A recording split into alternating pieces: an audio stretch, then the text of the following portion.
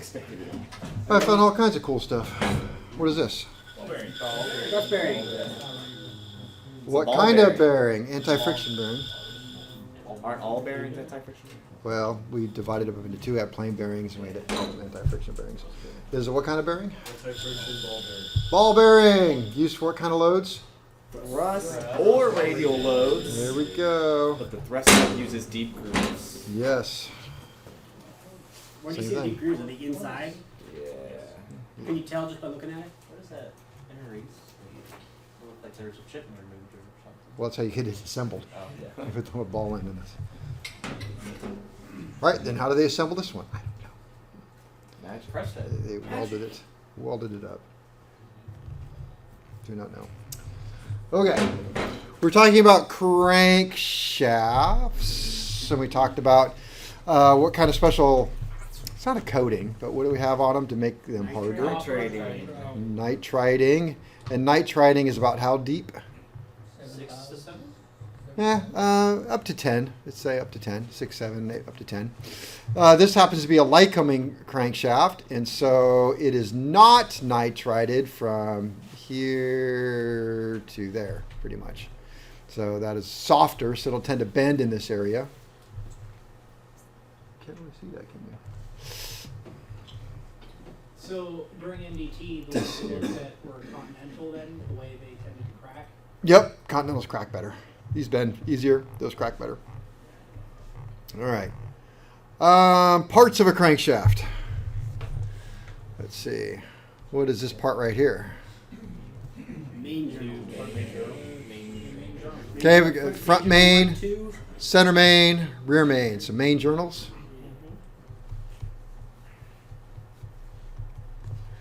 Then we have 4 of these. Crank journal. Crank journal. The distance between here and here, that distance is called the throw. That is the throw. Let me see. Often they will talk about right here, that little curved area. That is the the curved.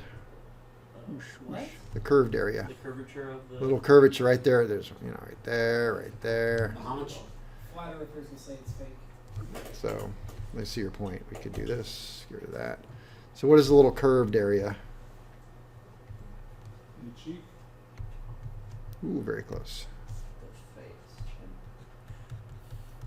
The fillet.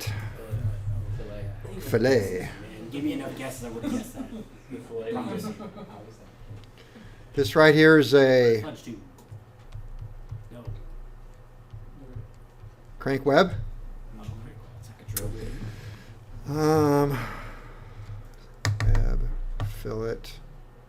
There. Well, okay, we can do like right here. That's the. Thrust. Thrust bearing. Why would you do that? Go crazy. Something's going wrong.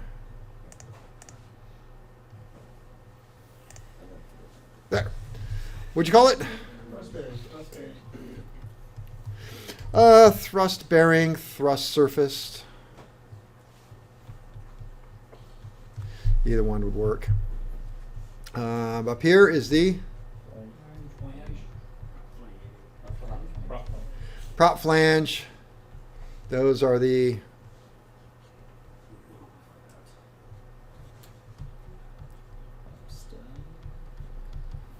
prop bushings. Prop bushings. This right here in the very front. Pilot, crank pilot. What else I got here? We got this, we got this, we got the web. Web. I think that was it. Nah, I got more than my drawing. What are these right here? Yep, that's for the oil. So oil. That's for the oil galleries. Can I erase this? Oh, let me take a picture. Okay. Yeah, please. Not you. I look at you enough. Is it for the gram? Are we good? Yep. Okay. Let's see. All right. While we're on this slide, what is this right here? It's the oil slinger. Oil slinger. 2 of them, really. Yeah, you gotta take them up the road. Yeah. All right. So oil passages, since we're on this screen. So oil is going to be pressure fed on these ones. So we have oil is being pressure fed. From the galley. Pressure fed oil. Then it's going to go from where? Well, it goes from like this hole right here up to there. This one to there.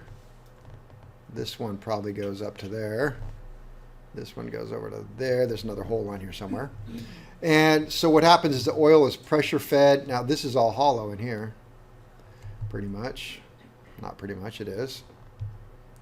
And there could be a plug in the back.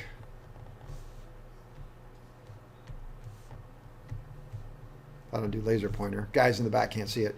There could be a plug right here. So if it's I can do it this way. If it is a constant speed, so constant speed prop, then it is a plug there. And if it is a fixed pitch, it is plugged here. But you got to have flow through there.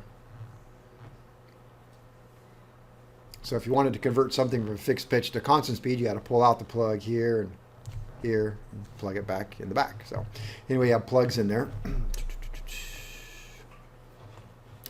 So the newer crankshafts are going to do this, and they actually have tubes, and you wouldn't be able to see them on your crankshaft or this one, but they actually have like stainless steel tubes that are in here, and you can see them when you look through this hole right there look in this hole right there. You actually see the end of the tube going through and out, or over here you'll see it. So you see the tubes in there. You never, ever, ever take the tubes out. Never. You take them out, I think you destroy the crankshaft.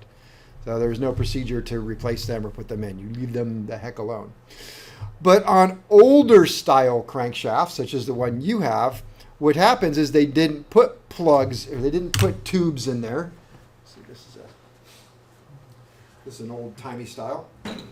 And so if you take a look at this one, we would see that have an oil hole right here, oil feed hole, that's going this way, that's aiming down to this one. This one right here. But if you look in there, all you're going to see is if I reach down in there, there's a hole back there. So I don't know if I could shine a light through there that would make any sense from where you're sitting. Is that the sludge tube? That is a sludge tube. So let me see. Well, you kind of can, maybe. I don't know. You probably can't see that. Let me see. Turn off the light or something. But take my word for it to look at it. So what happens is the oil goes through that. Sorry, can't see it if I lay it down.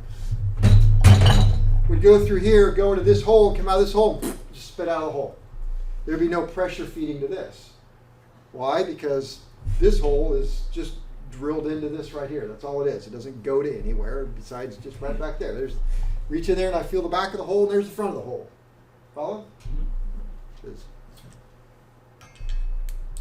See? Oh yeah. It's just, that's the back of my flashlight right there. So you would have absolutely no pressure oil to this right there. So what do they use right there? Centrifugal? No. Sludge tubes.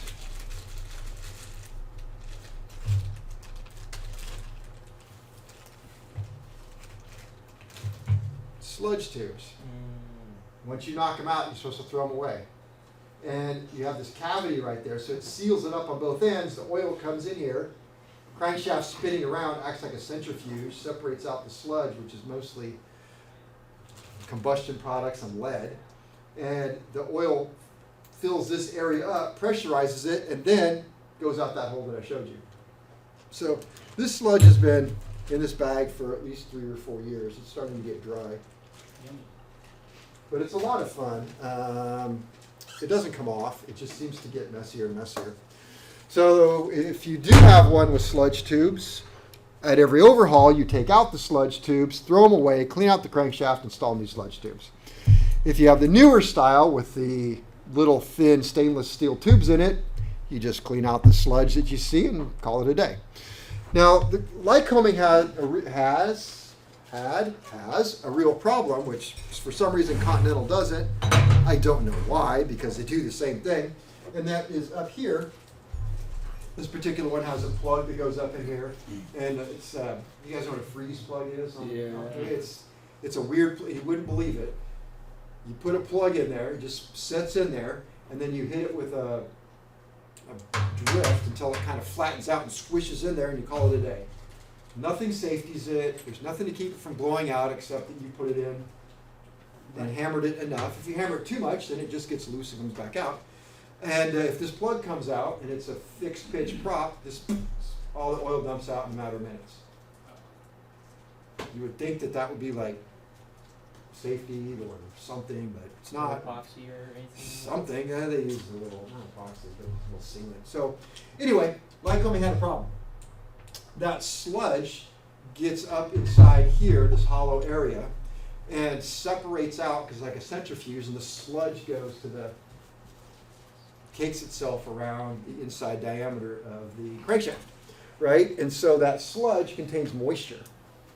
And it traps whatever moisture is in there, so it traps moisture up against the walls of the crankshaft. What's the moisture going to do? Corrode. So the crankshafts are corroding from the inside out. How'd they figure this out? Somebody had a crankshaft depart light. To use Phil's joke. Yeah, you guys have had Phil, yeah. Did he use that joke? Yeah. Wing depart light? Maybe Okay. in one of his G-Wiz stories. It's a joke. It's like you don't really have a light that tells you that the prop departed. You So don't see anything spinning anymore. yeah, Normally, I mean, when it departs, normally you'll see a light. yeah. One time a student came to me. Student was graduating. It was like graduation week, and just please don't think I'm stupid, but I got to ask a question. I'm like, no, what is it? Is there really a wing depart light on airplanes? Of course there is. Back to 309. Yeah, and in fact, it's a part of the 100 hour. You should know this is part of the annual inspection to check that light. If you don't see it, look harder. You'll only get this. It's not a joke. This is real. You'll only get this if you know anything about medical stuff. So the solution to this problem, it was a service bulletin, then it became an airworthiness directive. That's how serious it was. So what you have to do is knock out this plug. You go in there and clean out all the sludge, and then you inspect for corrosion. If it doesn't have corrosion, then you put this this bonding, it's aluminized kind of paint stuff in there. So the funny thing is you take it out and you clean it, and the stuff you put on there is called urethra bond. It gets worse. That's the hose you pee out of. So when you do and you comply with this service bulletin, you stamp something on here. You stamp PID, which stands for pelvic inflammatory disease. I'm not making this up. And then when you've done that, you put the plug back in, which is a part number STD1211. That is all true. I don't know if they did that on purpose. Nobody's going to get this. Somebody did get it. Does that plug butt up against anything? Yeah, there's a little. It does. It butts, and the STD plug butts up against that. Oh, very good. Thank you. Butts up against that. Round of applause. The guy wrote that. Thank you. We'll be here all week. All right. This Continental crankshaft. Let's see. What's the big difference in a Continental? Well, it's only got one slinger ring up here for starters, but everything else is called the same thing. The other big difference is Color. the color. The color. Nitrating. Which cylinder is this right here? One. One. This is? 2, 3, 4. This is a Continental. This is cylinder number? 4. 3, 2, 1 in the back. 1 in the back. Otherwise, everything's pretty much the same. Notice it's solid here. No sludge tube. Continental does not use sludge tubes. They just drill through. Oh, sludge tubes. Look at that. See how nasty and wet that? Ooh, that's disgusting. All right. On a lot of crankshafts, Continental doesn't do it on their 4s. They start doing it on their 6 cylinders. We have these thing called dynamic counterweights. Lycoming does use them on their 4 cylinders. These things right here, I don't know what I want to say. I think they're misunderstood. It's just one of those things like, well, I mean, they're just there. Don't worry about it. They cause massive amounts of problems. So what this is like I said, they're dynamic counterweights.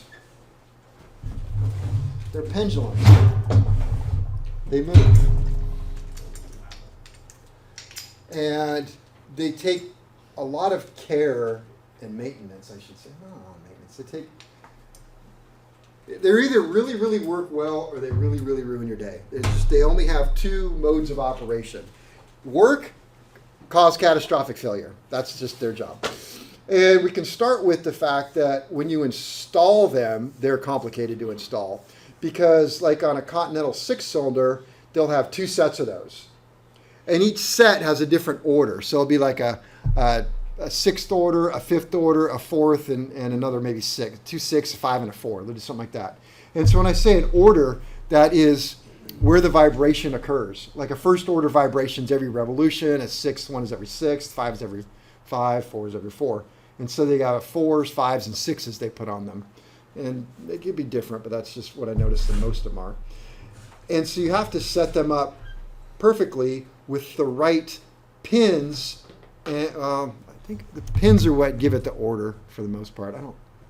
The bushings are really, the crankshaft is bushed, the counterweights are bushed, and you have to make sure you get the right bushings in there. Then you have to make sure you get the right pins and the right bushings in the right spot, or everything goes to hell. Then once you get that and you have it in the right spot, you have to put these plates right there in, and you have to put the snap rings in. Now, Continental just had a major problem, and they ended up grounding all of the Cirruses.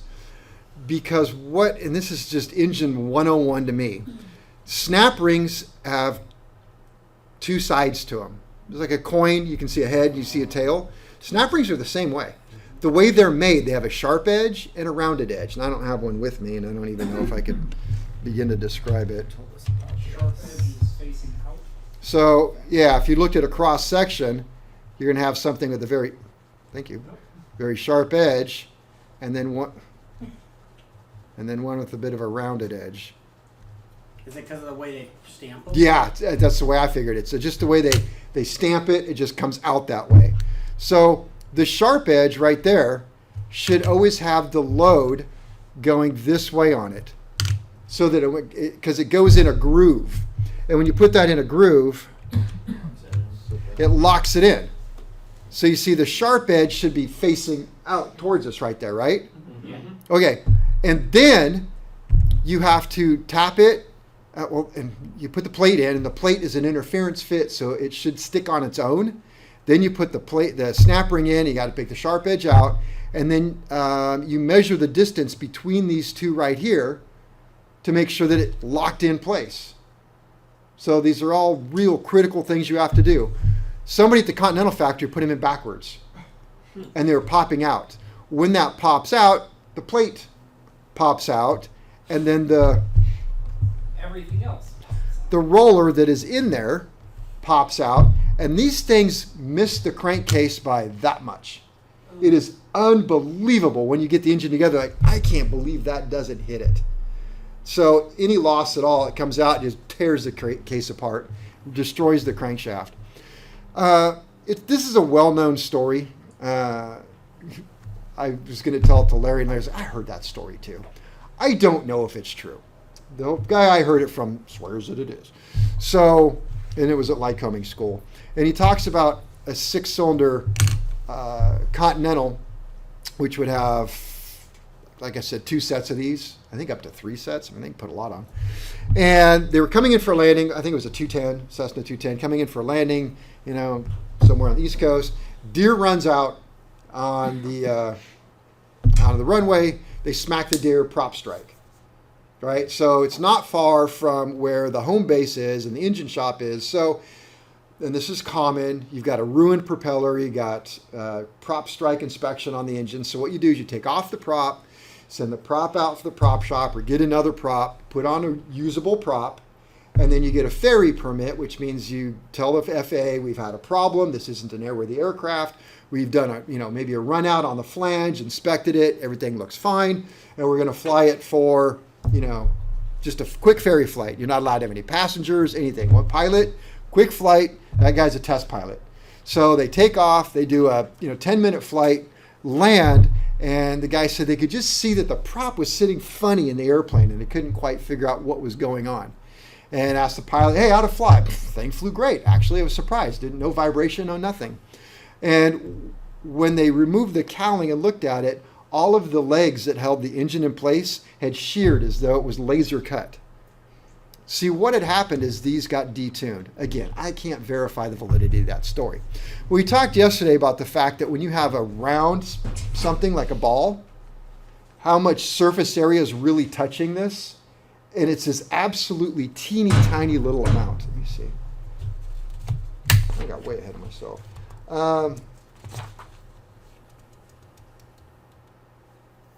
Sudden deceleration puts about 90 tons of force on the bushings and this right here. So you take steel and you put 90 tons on there. What is it going to do to the little? It won't shear it, but you'll get a dent. You'll get a dent. And these things have to move freely in a little pendulum. And so what happens if there's a little dent right there? It catches. It catches and it locks in place, and it's no longer pendulum, but it's a weight that could be offsides a little bit. So it can wear. Well, it just sticks in one spot, and it detunes the whole crankshaft. And so that sets up a harmonic balance, or a balance, I should say, problem that may not be felt by the pilot, that can do some weird things. And they said it caused all this stuff to shear, and it was basically falling out of the engine at that point. Some of it's like, I can't really believe that, because the plane was then pulling the engine's pulling the whole plane by what? The throttle cable or something? I don't know. Throttle and tack cable are holding everything together. So I don't know, take it for what it's worth. But one of the things I did when I worked on these airplanes is once we got the crank case off, I always wanted to feel I always kind of feel them. You're surprised how many of them were not smooth. This one's surprisingly smooth. You have to take it in the outward area and move it around a little bit. But this one actually feels good for what it is. Yeah, but can you define detune? So detuned means that you've put a dent and these no longer pendulum. Yeah. They're stuck in one spot. Yeah. So you've lost your tuning, so to speak. They don't do their job anymore. They're just a heavy weight that could be offsides a little bit, causing a shaking motion. So you would think you would feel a vibration. You would, but I've done some classes in vibration, and there's just we can only see a certain range of light. We can only feel a certain range of vibrations. Okay. In this certain range, it's really hard on the human body, and then it goes out of that range, gets worse for the engine, and we don't feel it. At that high frequency. High and low ends. Okay. Well, I guess real low you feel it. It's just the higher you don't. I guess it's super low you won't feel it, because I think the earth vibrates. Yeah. That's just what sound waves are. It's just Yeah. all this vibration. So the big key takeaway is don't mess with these things if you don't know what you're doing.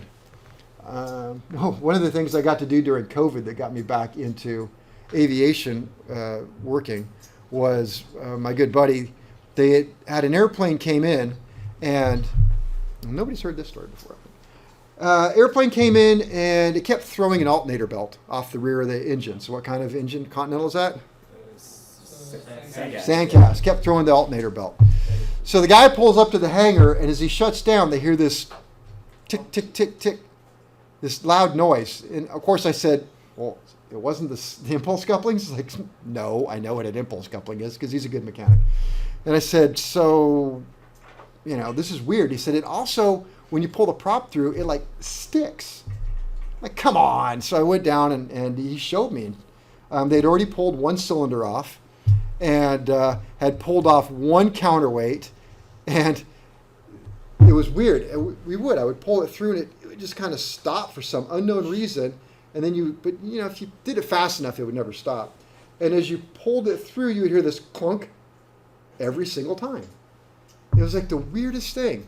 And so what they wanted me to do was to take off the counterweights and change out all the bushings. And I'm like, there's no way I will change the bushings and a counterweight inside of an engine. You're only working at a hole that big, right? And not only that, when you change out the bushings and the hanger, this is called a hanger blade that sticks off the crankshaft. When you change that, you got to NDT this stuff. And what kind of NDT would you use? Magnetic particle. Magnetic particle. Or I suppose you get eddy current in there. I was really worried about it. But anyway, what ended up happening is there's a thing on the inside of the counterweights that you can't see. It's called a bump stop. This interface. That's it.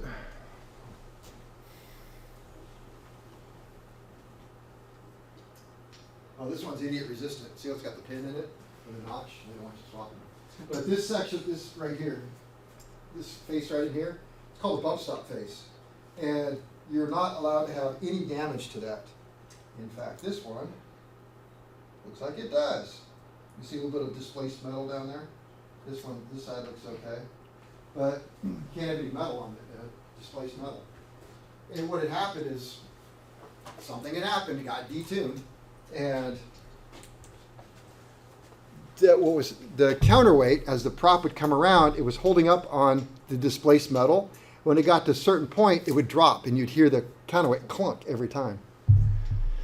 So, I don't know, long story short, I had to take these off, measure this, put it all back together, put the pins in, measure it, and getting these plates out, it's real easy if it's on a stand, but try working on just one half of the whole stupid thing. Oh man. And then the worst thing happened. I dropped the plate into the sump. Oh. I know. And I had half an hour, I couldn't find it. And I asked Nathan, I'm like, hey, you got to help me, man. He looked, he couldn't find it. I had bore scopes, flashlights. I was like, what are you going to do? So finally I said, well, this is what I'm going to do. So I drained the oil out, and because we need to do it anyway. And I took 5 gallons of fresh solvent. And I said, you're just going to dump it in as fast as we can into the engine. So it would wash like everything to the end of the sump. And so we dump it in real quick and then put some solvent in. Then I popped the quick drain and the solvent would flow this way and hopefully grabbed it. And eventually I found it. It was right there at the drain. I mean, it worked. So then put it in. Got it all back together. And took it out and ran it. I said, holy crap, engine is terrible. I mean, it shakes so bad, I'd never fly in it. And so we called the customer to come down. And he got in, and he goes, wow, it's never been this smooth before. And I said, you got to be kidding, because this thing is awful. There's something really, and so, yeah, we got all this done, and it still threw a belt, and then I changed all the alternator bushings and everything else, it still threw a belt. The whole time saying, you got to do a prop balance on this thing. And so finally I wasn't there anymore, and they got frustrated because I'd done all this work and kept saying, you got to do a prop balance. And so finally, guess what they did? Prop balance. Prop balance. I called the prop balancer out and I said, this thing is so far out of spec, I've put the maximum weight on, I can't even get close. So they took the prop off, sent the prop shop. Prop shop said, this thing is just gone. It is so out of balance, we can't even fix it. So he bought a new prop, put it on, all the problems went away, and it was really smooth. What kind of airplane was it? A 182 with the 520 conversion. Real nice guy, owner. Nice plane too. So that's a lot of stuff. Oh, there we go. There's our counterweights. Let's see that. All right. Wow, I talked a lot there. Okay.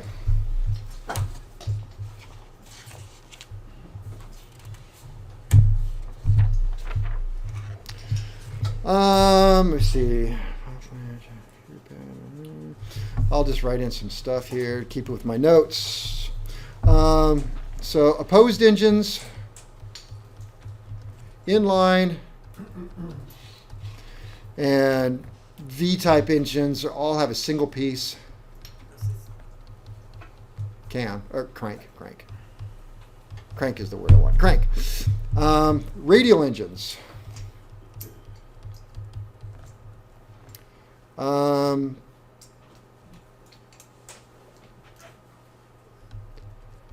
can be single piece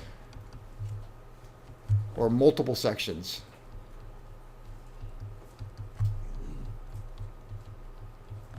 Or multiple sections. Here's a crankshaft out of a, looks like a Continental 220. Radial 7-cylinder. Well, I can verify. 1, 2, 3, 4, 5, 6, 7. So it is 7-cylinder. There's the crankshaft, 2 pieces. So if you have a 2-piece crankshaft, you have a single-piece master rod. We can talk about that in a minute. So these are fun to set up because they have these fixed counterweights, and this right here piece goes onto that right there piece, and you can get them off just a little tiny bit, and it shakes the engine real bad. So it takes a couple of hours to get that set up just perfect. But so radial engine, this one has 2-piece crank. This would be a single row. Just looking at some parts here for identification. What is this? Planetary gear? No. It's the cam ring. They don't have shafts, they have cam rings. We'll talk about cam rings later. There's a cam ring. Of course, all the gears back there for the accessory. But this is the master rod and the articulating rods. Notice this, the master rod is Much bigger. 1 piece. There's no split. There's no rod and cap. So how do you get it on the crankshaft? You slide it on. Easy. The crankshaft comes apart and you slide it on, and that's how that works. So we'll cover that I think later. But We the talk other, about the two counterweights on that thing. Mhm. How do you adjust those? Are they splined? They're not splined. they're not splined at all. So you just move it and then tighten a bolt. And it cranks So you have to it. have, so you put the bearings on. So you put a thrust bearing, not a thrust bearing, a radial bearing here, and you put the one on back here. And you have to get a stand that it sets in. And now you have to do this with the master and articulating rods all in there. So it's all really heavy at this point because these rods are pressed into here. These are called knuckle pins. That's what I should call you guys. You bunch of knuckle pins. These, like knuckleheads. So these knuckle pins are pressed into the master rod. So the master rod assembly is assembled first. Then it is put onto the crankshaft. Then the back end of the crankshaft, this is the accessory shaft, goes out the back. You put that on. There's a little bit of a trick. See that notch right there? There's also a notch in this one. So if you take a piece of 1/4-inch steel tube, keyway, and you knock it into this one and press it into that one at the same time, it gets you super close. And so then you torque this bolt down here and then put it on a stand with a run-out gauge on the front flange right here, right there. And you have to rotate it. And you rotate it, and if you get no run-out, you're good. Yeah, let's do it on the back. And if you get run-out, then you loosen the bolt, and you move it one way. Try it again. You go, oops, now I have more run-out. Obviously, I should have moved it the other way. Then you move it the other way. And you get more run out. Yeah, I know. And I moved it too much. And you just go back and forth until you get it just perfect. Then you torque that to some ungodly number I can't remember and hope that it didn't move. And then you're done. So just a couple hours. Boss keeps coming in saying, how come you're not done with that yet? Want to help? No, this is the last thing you want to say. Oh, there we go. It's just that one.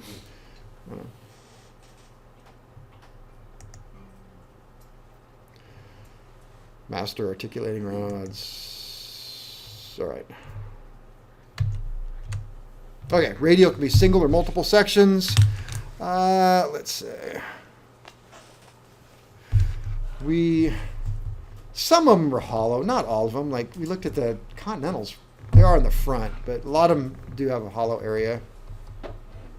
Why would they make them hollow? Well, it reduces weight for obvious reasons.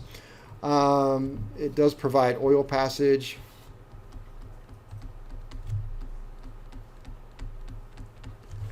Provides sludge tube chambers.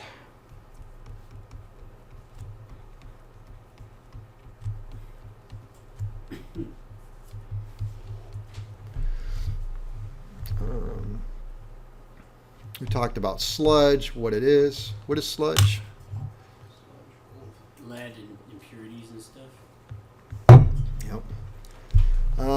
We talked about SB 530, Lycoming sludge. Actually, it'd be pitting. Lycoming pitting, the pitting up front, and the PID and the urethra bond and all that good stuff.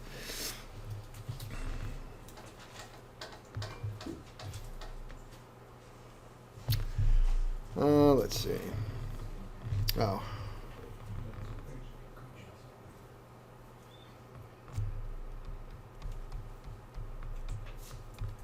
Recommended desludge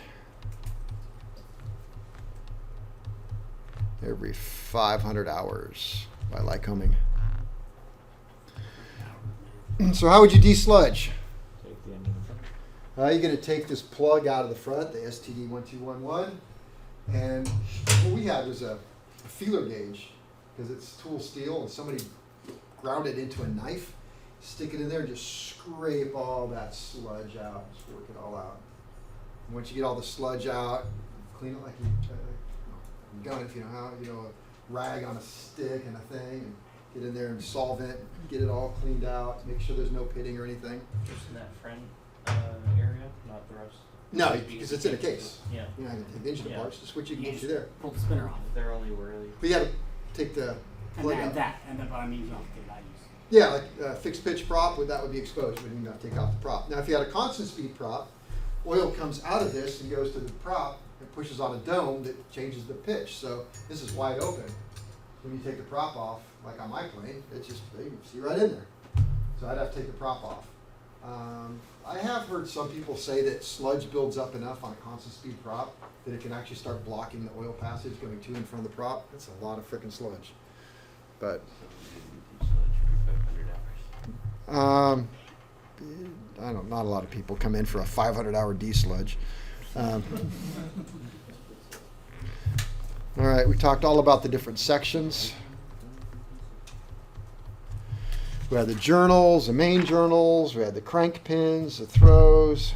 I'll just write down this real quick. We had the main journals.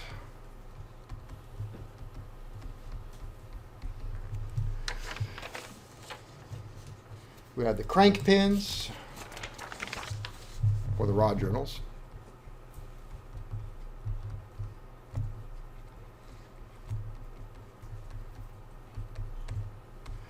Rod journals, let me see.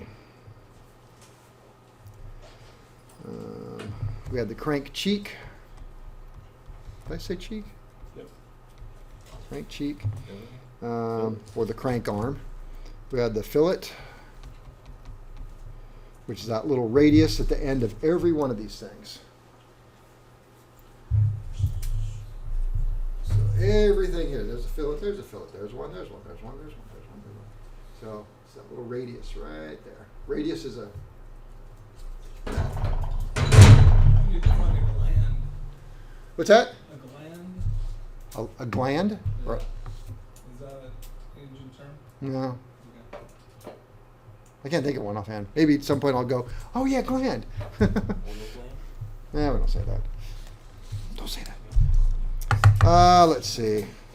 We talked about counterweights.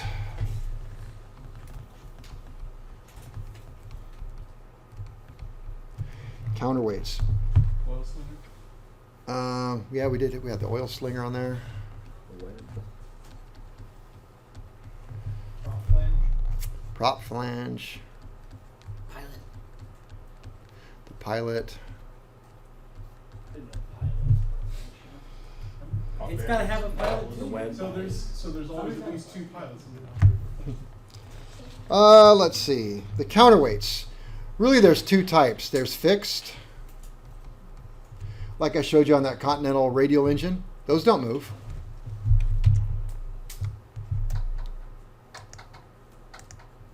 That doesn't move. It's pinned in place. Could move. I think the R2800 has pendulums style, but these are fixed. And why do they have them? It's not an order that they're dealing with. It's like you have all the weight up top, you got to counterbalance that down here, so the whole thing is in balance. So this weight down here has to equal this weight up here, otherwise it, somebody said it'll shake like a dog passing a peach pit. Thank you for that. It's exactly like that. So yeah, that's exactly like that. All right. Hell of a visual. So fixed, and then we have the dynamic, fixed or dynamic. Dynamic. Some people call them dynamic dampers, which is a swinging pendulum.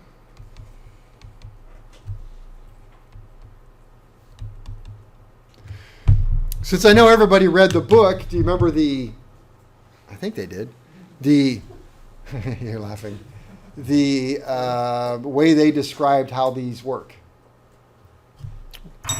Got some string on them. Need some string. I'm not going to use up my good dental floss. Nobody has string on them? Oh, well. Yeah, we got. Across the street I do. A string. Yeah, I'm wearing a whole bunch of them.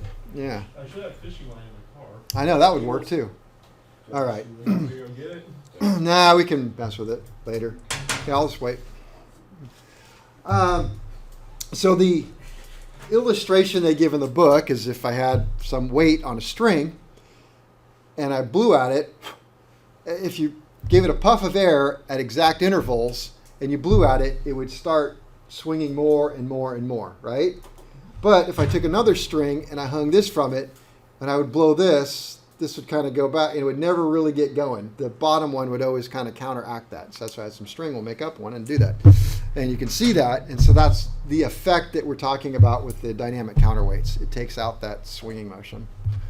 So, you already saw it in the book. So They had some good pictures of it. yeah. You're a horrible liar. These are the parts associated with dynamic counterweights. We have the CW's counterweight. Counterweight hanger. Sorry, hanger, not as you store a plane hanger. That is the blade that actually sticks off of the crankshaft where it attaches to. So it's molded into this. It's part of the crankshaft. Just comes up and there it is. So you have the hanger where everything goes. Of course, you're going to have the counterweight.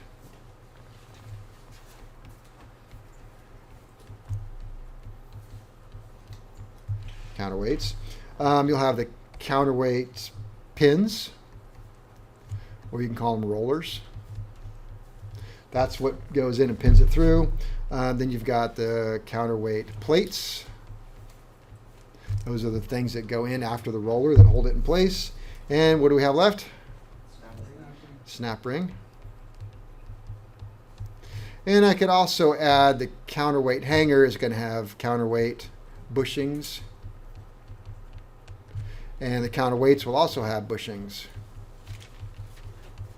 So for that little one that's floating around, there would be 12 bushings altogether. 1, 2, 3, 4, 5, 6. Yep. 6 times 2 is 12. So you'd have 2 blade bushings on each side and 4 counterweight bushings on each side. I did not enjoy changing the bushings on these things. They're really in there. All press fit too. All press fit. And you have to hope you don't pull metal, because if you pull metal and screw it up, you buy a new crank and you buy a new counterweights. There was a period of time where Continental had a problem. They sent out a bunch of counterweights that were not nitrided. And so they failed because the plates worked their way into them or something. And so I don't remember what it was called, but we had to buy this chemical and keep it in the shop, and you mix it with a little bit of water. It's really cool. You were supposed to take it and you're supposed to put it inside right where the plate is, and you take an eyedropper and you drop it, and if it was nitrided, the little drop had blue dots would show up in it. Nobody knows what chemical that was? I'm sure it's in a service bulletin somewhere. That's where we got it. But it was kind of cool. We had to do that. And then if it wasn't nitrided, paperweight. All right, so what are they used for? Balance. Used to take out torsional vibration and power impulses.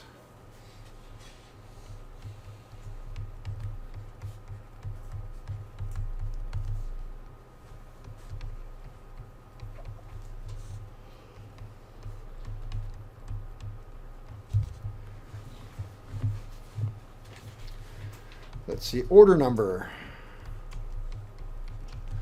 Order number. So, for example, a first order is every rotation. Dot, dot, dot. And a second order would be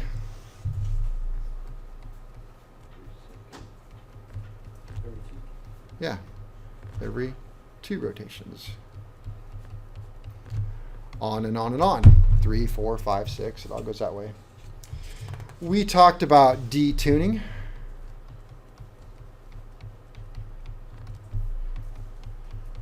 Very bad. When you have so what causes detuning? Hitting a deer, apparently. So don't hit a deer. Prop strikes, hitting a deer, a bear, a dog, small, large cat. Have to get through all the animal kingdom. So what size does animal have to be for it to not cause? I know. I think any size really. Depends on where you hit it, especially in this. All right. Let me see. So detuning is when you get a little flat spot. That's when you get a flat spot. Flat spot in the bushing. Should I be taking my engine apart every time I find bugs in the prop? What's that? Bugs? Yes, large bugs. Flat spot. Let me see. Where was that here? These are the things that Lycoming say will cause it. So causes. This is according to Lycoming. Quick throttle changes. Oh, really? You know, you have your car, you rev up your car. You never rev up an aircraft engine. Anybody does that, I think they would just take their ticket. Yeah, you don't do that on anyone.